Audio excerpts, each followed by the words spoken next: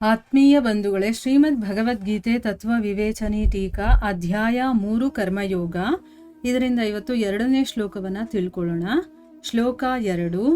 ವ್ಯಾಮಿಶ್ರೇಣೇವ ವಾಕ್ಯೇನ ಬುದ್ಧಿಂ ಮೋಹಯಸೀವ ಮೇ ತದೇಕಂ ವದ ನಿಶ್ಚಿತ್ಯ ಯೇನ ಶ್ರೇಯೋಹಮಾಪ್ನುಯಾಮ್.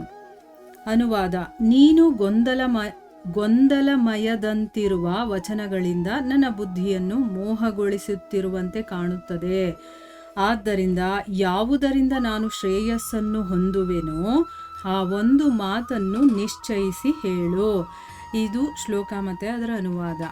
ಈಗ ನಾವು ಇದನ್ನು ಅರ್ಥ ಮಾಡ್ಕೊಳ್ಳೋದಕ್ಕೆ ಪ್ರಯತ್ನ ಮಾಡೋಣ.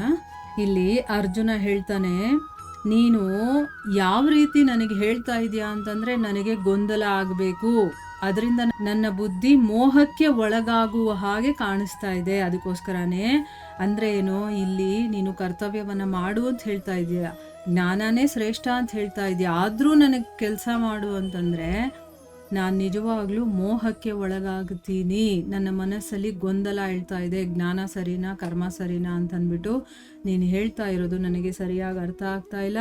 ಅದಕ್ಕೋಸ್ಕರನೇ ಯಾವುದನ್ನು ಮಾಡಿದ್ರೆ ನಾನು ಶ್ರೇಯಸ್ಸನ್ನು ಅಂದರೆ ನನ್ನ ಜೀವನದಲ್ಲಿ ಇನ್ನೂ ಸ್ವಲ್ಪ ಉತ್ತಮ ಮಟ್ಟಕ್ಕೆ ಹೋಗ್ತೀನೋ ಅದನ್ನು, ನನಗೆ ಒಳ್ಳೆಯದು ಯಾವುದೋ ಅದನ್ನು ನೀನು ನಿರ್ಧಾರ ಮಾಡಿ ಹೇಳು ಅಂತಂದ್ಬಿಟ್ಟು ಇಲ್ಲಿ ಕೇಳ್ತಾ ಇದ್ದಾನೆ. ಈಗ ಪ್ರಶ್ನೆ ಏನು ಅಂತಂದರೆ, ನೀನು ಗೊಂದಲಮಯವಾದ ವಚನಗಳಿಂದ ನನ್ನ ಬುದ್ಧಿಯನ್ನು ಮೋಹಗೊಳಿಸುತ್ತಿರುವಂತೆ ಕಾಣುತ್ತದೆ ಅಂತ ಹೇಳಿದಾನಲ್ಲ, ಈ ವಾಕ್ಯದ ಅಭಿಪ್ರಾಯ ಏನು, ಯಾಕೆ ಈ ರೀತಿ ಹೇಳ್ತಾ ಇರೋದು ಅವನು ಅಂತ ಇಲ್ಲಿ ಪ್ರಶ್ನೆ.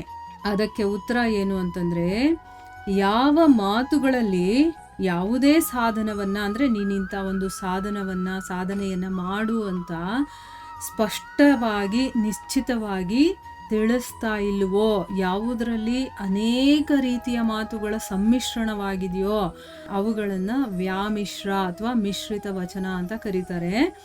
ಇಂಥ ವಚನಗಳಿಂದ ಅಂದರೆ ಈಗ ಒಂದು ದೃಢವಾಗಿ ನೀನು ಇದನ್ನೇ ಮಾಡು, ಕರ್ಮವನ್ನೇ ಮಾಡು, ಜ್ಞಾನವನ್ನೇ ಮಾಡು ಅಥವಾ ಭಕ್ತಿಯನ್ನೇ ಮಾಡು ಅಂತ ಅವನಿಗೆ ಯಾವುದೋ ಒಂದು ನಿರ್ಧಾರ ಮಾಡಿ ಒಂದನ್ನು ನೀನು ಮಾಡು ಅಂತ ಖಡಾಖಂಡಿತವಾಗಿ ಇಲ್ಲಿ ಹೇಳ್ತಾ ಇಲ್ಲ.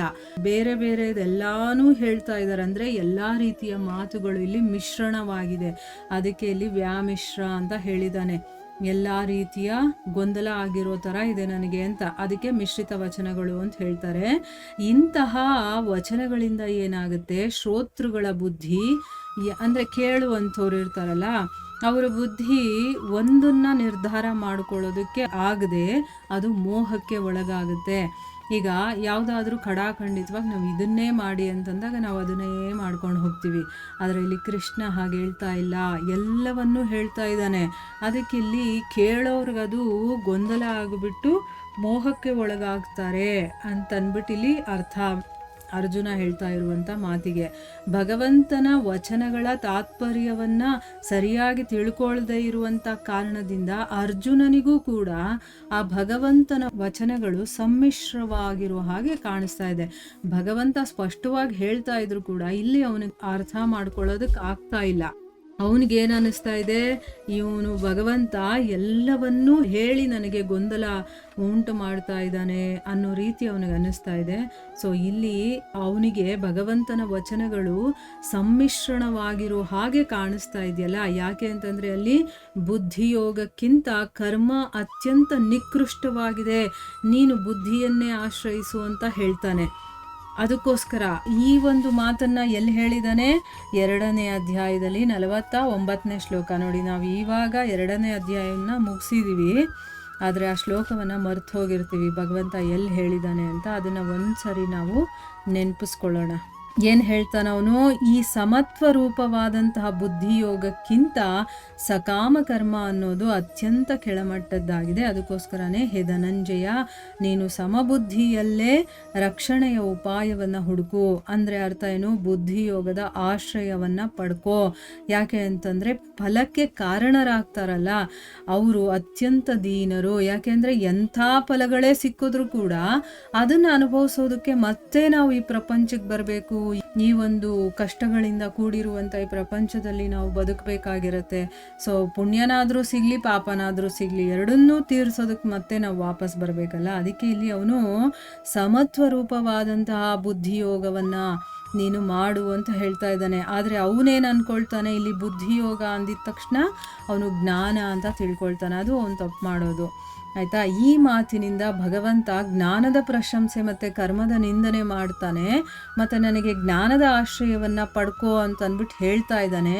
ಮತ್ತು ಬುದ್ಧಿಯುಕ್ತನಾದ ಮನುಷ್ಯ ಪಾಪ ಪುಣ್ಯಗಳನ್ನು ಇಲ್ಲೇ ಬಿಟ್ಬಿಡ್ತಾನೆ ಅಂತ ಹೇಳಿದ್ದಾನೆ. ಅಂದರೆ ಈಗ ನಾವು ಶ್ಲೋಕ ನೋಡಿದ್ವಲ್ಲ, ಅದರಲ್ಲಿ ಏನು ಹೇಳ್ತಾನೆ, ಬುದ್ಧಿಯೋಗಕ್ಕಿಂತ ಕರ್ಮ ನಿಕೃಷ್ಟ ಅಂತ ಹೇಳಿದ ತಕ್ಷಣ ಇವನೇನು ಅಂದ್ಕೊಳ್ತಾನೆ, ಕರ್ಮಕ್ಕಿಂತ ಜ್ಞಾನ ಶ್ರೇಷ್ಠ, ಅದಕ್ಕೆ ನನ್ನನ್ನು ಜ್ಞಾನದ ಆಶ್ರಯವನ್ನು ಪಡ್ಕೊ ಅಂತ ಹೇಳ್ತಾ ಇದ್ದಾನೆ ಭಗವಂತ ಅಂತ ಅವನು ತಿಳ್ಕೊಳ್ತಾನೆ. ಮತ್ತು ಈಗ 2ನೇ ಅಧ್ಯಾಯದ 50ನೇ ಶ್ಲೋಕ, ಅದರಲ್ಲಿ ಏನು ಹೇಳ್ತಾ ಇದ್ದಾನೆ, ಬುದ್ಧಿಯುಕ್ತ ಮನುಷ್ಯ ಪಾಪ ಪುಣ್ಯಗಳನ್ನು ಇಲ್ಲೇ ಬಿಟ್ಟುಬಿಡ್ತಾನೆ ಅಂತ ಹೇಳ್ತಾ ಇದ್ದಾನೆ. ಅಂದರೆ ಸಮಬುದ್ಧಿ ಇರೋನು ಅಂತ ಅವನು ಹೇಳ್ತಾ ಇರೋದು. ಸಮಬುದ್ಧಿ ಇರುವಂಥ ಮನುಷ್ಯ ಪಾಪ ಪುಣ್ಯ ಎರಡನ್ನೂ ಕೂಡ ಇದೇ ಲೋಕದಲ್ಲಿ ತ್ಯಾಗ ಮಾಡ್ತಾನೆ. ಅಂದರೆ ಅರ್ಥ ಏನು, ಅವುಗಳಿಂದ ಮುಕ್ತನಾಗ್ತಾನೆ. ಅದಕ್ಕೋಸ್ಕರ ನೀನು ಸಮತ್ವರೂಪಿ ಯೋಗದಲ್ಲಿ ತೊಡಗು. ಈ ಸಮತ್ವರೂಪಿ ಯೋಗವೇ ಕರ್ಮಗಳಲ್ಲಿ ಕುಶಲತೆಯಾಗಿದೆ. ಅಂದರೆ ಅರ್ಥ ಏನು, ಕರ್ಮ ಬಂಧನದಿಂದ ಬಿಡುಗಡೆ ಹೊಂದೋದಕ್ಕೆ ಇದೊಂದು ಉಪಾಯ ಅಂತ ಹೇಳ್ತಾನೆ. ಅಂದರೆ ಇಲ್ಲೇನು ಹೇಳ್ತಾ ಇದ್ದಾನೀಗ, ಈ ಒಂದು 50ನೇ ಶ್ಲೋಕದಲ್ಲಿ ಏನು ಹೇಳಿದ್ದಾನೆ, ಬುದ್ಧಿಯುಕ್ತ ಮನುಷ್ಯ ಅಂತ ಹೇಳಿದಾನಲ್ವಾ. ಅಂದರೆ ಇಲ್ಲಿ ಜ್ಞಾನ ಅಂತ ಅವನು ತಿಳ್ಕೊಳ್ತಾನೆ. ಆದರೆ ಭಗವಂತ ಹೇಳ್ತಾ ಇರೋದು ಸಮಭಾವದಲ್ಲಿ ನೋಡುವಂಥದ್ದು ಅಂತ. ಆಯಿತಾ? ಈ ಮಾತಿನಿಂದ ಅರ್ಜುನ ಪಾಪ ಪುಣ್ಯರೂಪಿ ಸಮಸ್ತ ಕರ್ಮಗಳನ್ನು ಸ್ವರೂಪದಿಂದ ತ್ಯಾಗ ಮಾಡುವಂಥವನನ್ನು ಭಗವಂತ ಬುದ್ಧಿಯುಕ್ತ ಅಂತ ಅಂದ್ಕೊಳ್ತಾ ಇದ್ದಾನೆ ಅಂತ ತಿಳ್ಕೊತಾನ ಅವನು. ಭಗವಂತ ಹೇಳೋದೇನು, ಸಮಭಾವ ಇಟ್ಕೊಂಡು ನೀನು ಕೆಲಸಗಳನ್ನು ಮಾಡುವಂತ. ಆದರೆ ಅರ್ಜುನ ಏನು ತಿಳ್ಕೊಳ್ತಾನೆ, ಸಮಸ್ತ ಕರ್ಮಗಳನ್ನು ಬಿಟ್ಬಿಡು, ಅದು ಪಾಪದ ಕೆಲಸ ಆಗಿರಲಿ ಪುಣ್ಯದ ಕೆಲಸ ಆಗಿರಲಿ ಏನೇ ಆಗಿರಲಿ, ಕರ್ಮನೇ ಮಾಡಬೇಡ ನೀನು, ಆ ಕರ್ಮಗಳನ್ನು ಸ್ವರೂಪದಿಂದಾನೇ ತ್ಯಾಗ ಮಾಡು, ಅಂಥವನನ್ನು ಇವನು ಬುದ್ಧಿಯುಕ್ತ ಅಂತ ಹೇಳ್ತಾ ಇದ್ದಾನೆ ಅಂತ ಅವನು ತಿಳ್ಕೊಳ್ತಾ ಇದ್ದಾನೆ. ನೋಡಿ, ಒಂದು ಮಾತನ್ನು ನಾವು ಸರಿಯಾಗಿ ಅರ್ಥ ಮಾಡ್ಕೊಂಡಿಲ್ಲ ಅಂತಂದರೆ ಎಷ್ಟೆಲ್ಲ ಪ್ರಾಬ್ಲಮ್ಗಳು ಕ್ರಿಯೇಟ್ ಆಗುತ್ತೆ ಅಲ್ವಾ. ಆದರೆ ಇಲ್ಲಿ ಅರ್ಜುನ ಅಲ್ಲೇ ಕೇಳಿ ಅದನ್ನು ಸರಿ ಮಾಡ್ಕೊಳ್ತಾ ಇದ್ದಾನೆ. ಅದಕ್ಕೋಸ್ಕರ ನಮಗೆ ಗೊಂದಲ ಆಗೋದಿಲ್ಲ. ನಮ್ಗೆ ಏನಾದರೂ ಒಂದು ವಿಷಯ ಅರ್ಥ ಆಗಿಲ್ಲ ಅಂತಂದರೆ ತಕ್ಷಣ ಅಲ್ಲೇ ಕೇಳಿ ಅದನ್ನು ಸರಿ ಮಾಡ್ಕೊಳ್ಬೇಕು. ಆಗ ಆ ಪ್ರಶ್ನೆಗೆ ನಮಗೆ ಕ್ಲಿಯರ್ ಆಗುತ್ತೆ. ಇಲ್ಲಾಂದರೆ ನಾವು ತಪ್ಪಾಗಿ ಅದನ್ನು ಅರ್ಥ ಮಾಡ್ಕೊಂಡು ತಪ್ಪಾಗಿ ನಮ್ಮ ಜೀವನದಲ್ಲಿ ಅಳವಡಿಸ್ಕೊಂಡ್ಬಿಡ್ತೀವಲ್ವಾ. ಇದರ ಎಕ್ಸ್ಪ್ಲನೇಷನ್ ಇನ್ನೂ ಇದೆ, ಅದನ್ನು ನಾವು ಮುಂದಿನ ಭಾಗದಲ್ಲಿ ತಿಳ್ಕೊಳ್ಳೋಣ. ಹರೇ ಕೃಷ್ಣ.